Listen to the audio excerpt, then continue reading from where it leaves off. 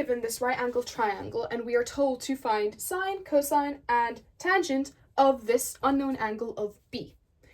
But there's a problem, right? Let's just work it out. So we have the 90-degree angle opposite to that is hypotenuse, and then opposite to the angle is the opposite, and then what's left is the adjacent. We only have two known angles. We don't know what opposite is. So how could we possibly solve for sine, cosine, and tangent? Because look, sine is equal to opposite all over hypotenuse. We don't know what opposite is. We have cosine, which is adjacent all over hypotenuse, right? Well, we know the two angles, that's fine, the values. And then tan, we have opposite all over adjacent. So we're not going to be able to solve for sine or tan. So what are we going to do? Well, if you remember, when we have a right angle triangle and we know two sides, but we need to find one more, we use Pythagoras. So there's kind of two steps to solving this. First one, we use Pythagoras. C squared is equal to A squared plus B squared. And then we solve for the unknown angle of B.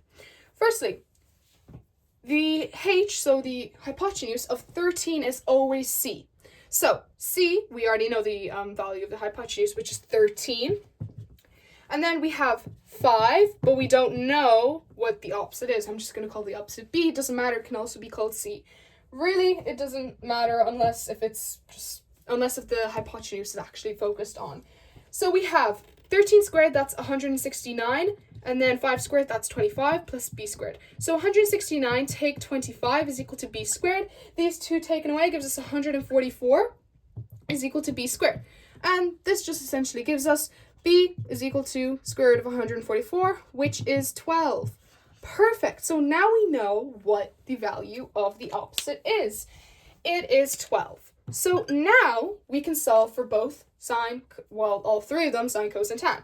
So let's see.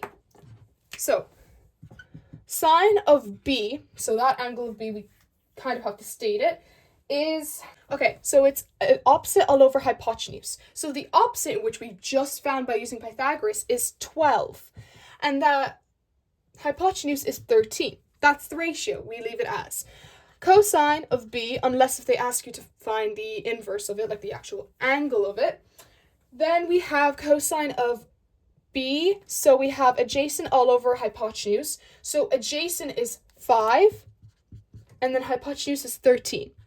Now, the same goes for tan.